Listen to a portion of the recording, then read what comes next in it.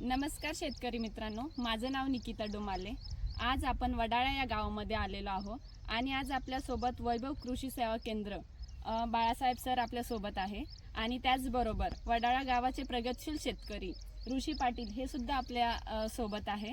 तर आज व्हिजिट करताना आज त्यांच्या प्लॉटमध्ये आपण आलो। यांना आपण विचारलं की कोणकोणते त्यांनी क्रॉप लावले, तर साधारणपणे यांनी मका, कपाशी असे पीक, ज्वारी असे पीक लावलेले। तर खरोखर त्यांच्यासोबत बोलताना त्यांना मार्गदर्शन केलेलं सरांनी हे खरंच खूपच चांगलं होतं। तर यांना उत्पन्नामध्ये पण खूप चांगल्या प्रकारे उत्पादन भेटलं। तर त्यांच्याकडून जाणून घेऊया त्यांची प्रतिक्रिया काय आहे। नमस्कार, वडाळा येथील शेतकरी प्रमोद अर्जुन पाटील यांचे मी चिरंजीव। शालेय शिक्षण करत असताना वडिलांसोबत शेती करण्याची आवड मला आहे। त्याचमुळे वयाच्या 19व्या वर्षी मी शेती करायला सुरुवात केली वडिलांसोबत।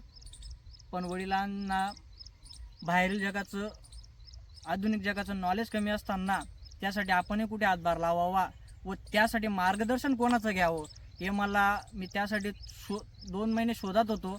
परत शेतीला सुरुवात केली। त्यानंतर मला मार्गदर्शन लाभलं ते म्हणजे वागडी येथील वैभव कृषी केंद्र, त्यांचे संचालक बाळासाहेब पाटील, त्यांना उर्फ आमचे ते पाहुणेच आहेत, त्याबद्दल काही विषय नाही। त्यांचं मला मार्गदर्शन लाभलं। मला तरी त्यांच्यावर विश्वास बसत नव्हता, पण त्यांनी मला आत्मविश्वासानं सांगितलं की तू माझ्याकडे हक्काने ये आणि माझ्या भरोश्यावर तू माझ्याकडनं स्प्रे वगैरे माझ्या मार्गदर्शनाखाली शेती कर। त्यानंतर तुला रिझल्ट आला तरच माझ्या कृषी केंद्राला व्हिजिट दे, नाहीतर त्यानंतर देऊ नको, हे त्यांनी मला मोकळं सांगितलं होतं। तर मी त्यांच्यावर विश्वास ठेवून त्यांच्याकडनं 2 वर्षापूर्वी स्प्रे घेतले। परत त्यांच्या मार्गदर्शनाखाली मी मटेरियल वगैरे सर्व डेव्हलप केलं। त्यानंतर मला उत्पन्नात खूप अशी भर वाटली आणि गेल्या माझ्या वडिलांच्या मागील 15 वर्षापासून जे उत्पन्नाचा ॲव्हरेज बसत नव्हता तो त्या मागील 2 वर्षापूर्वी म्हणजे आजपासून 2024मध्ये मला तो ॲव्हरेज बसलेला दिसला। त्यानंतर मला ठरवलं की आपल्याला जे मार्गदर्शन भेटते, जी दिशा भेटते, जो रस्ता दाखवतोय ते योग्य आहे आणि ते आपण केलंच पाहिजे। त्याबद्दल मी बाळासाहेब पाटीलांचे आभार मानतो व मी त्या दिवसापासून सुरुवात केली। मला मागील वर्षी माझं हे क्षेत्र आहे, या क्षेत्राला माझं इंगुणा रस्त्याला लागून माझा प्लॉट आहे।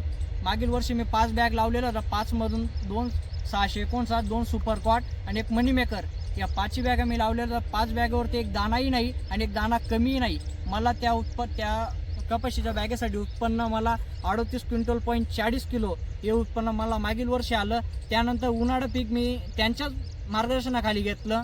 मला एक बॅग मक्याला 29 क्विंटल पॉईंट 90 किलो मला मका झाली एक बॅगला।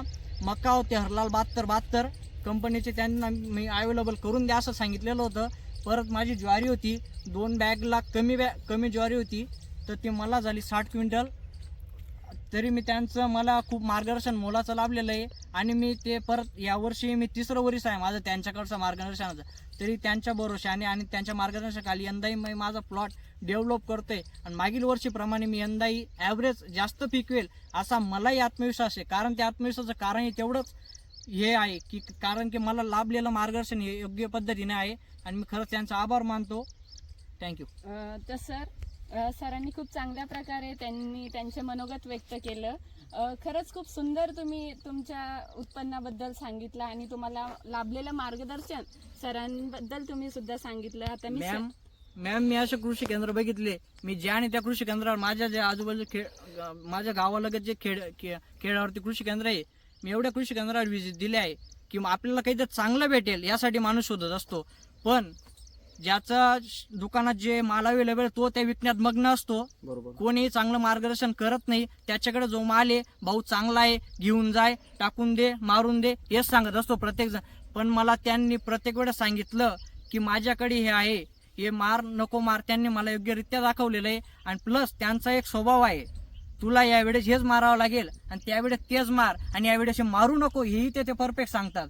नुसतं सांगत नाही की हेच मार, त्या असं काही वेळ असं पण सांगतात की हा टाइम हे मारण्याचा नाहीये, हे आता मारू नको। त्यांच्या दुकानात अवेलेबल राहतं ते, तरी ते सांगतात की यावेळेस ते मारू नको, कारण की त्यांचंही विकले जाणार आहे आणि मी घेणारही आहे। पण त्यांना ती सवय नाही। मी असं सांगू शकतो की त्यांचं जे योग्यरित्या मार्गदर्शन करतात ते, आणि मलाही नाही, मला जेवढे लोक भेटले, परत मी त्यांच्या कृषी केंद्रावर 2-2, 3-3 तास बसून असतो। केव्हा जे लोक येतात त्यांच्याकडे, जे कस्टमर येतात तेही चांगल्या मोठ्यापणाने सांगतात आणि मोठ्यापणाने त्यांच्या मताने ते स्प्रे वगैरे बॅग वगैरे घेऊन जातात. कारण की आजकाल प्रत्येकजण आधुनिक जगात जगतंय, मोबाईलच्या युगात जगतंय, प्रत्येकजण मोबाईलमध्ये काही ना काही बघत असतो. प्लस आता मलाही वाटतं मी माझ्या पद्धतीने घ्यावं. मी जे बघितलंय यूट्यूबला, गुगलला, AI ला जे बघितलं ते घ्यावं, पण मला ते काही योग्य वाटत नाही. कारण की त्यांचं जे योग्य मार्गदर्शन आहे, ते AI पेक्षा पुढचं आहे, ते मी वापरतोय बस. सर, आता तुम्ही सुद्धा तुमचे मनोगत सांगा. हे बघा, आता मी माझं मनोगत सांगण्यापेक्षा मी माझ्या या कृषी व्यवसायामध्ये कितपत लोकांना चांगलं मार्गदर्शन करतोय की नाही करतोय हे लोकांनी सांगायला पाहिजे. मी तर स्वतःच म्हणेल की मी फार चांगला आहे, मी फार चांगलं करतोय हे सांगण्यापेक्षा आता ऋषीदादाने सांगितलंच तर त्याचे जे अनुभव आहेत ते अनुभव त्याने चांगल्यापैकी त्याला जे वाटलं माझ्याबद्दल चांगलं वाईट त्याने ते शेअर केलेलं आहे गेल्या 8-10 वर्षापासून तर आतापर्यंत. आणि इथूनही भगवंत मला जशी बुद्धी देईल तशा बुद्धीप्रमाणे मी जेवढ्या चांगल्यात चांगल्यापैकी शेतकरी लोकांना, मायबापांना जेवढं मला चांगल्यात चांगलं मार्गदर्शन करता येईल तेवढं मी मार्गदर्शन करण्याचा प्रयत्न करेन. आणि भगवंत चरणी, स्वामी समर्थ चरणी एवढीच प्रार्थना करतो की मला अशी शक्ती देवो की जेणेकरून मी शेतकऱ्यांसाठी अनमोल असं मार्गदर्शन देऊन त्यांचं उत्पन्न भरभराटीस कशा पद्धतीने नेईल एवढी मी परमेश्वरी चरणी प्रार्थना करतो. खूप खूप धन्यवाद सर. तुम्ही तुमचं स्टार्टिंग टू एंड पर्यंत तुम्ही कसं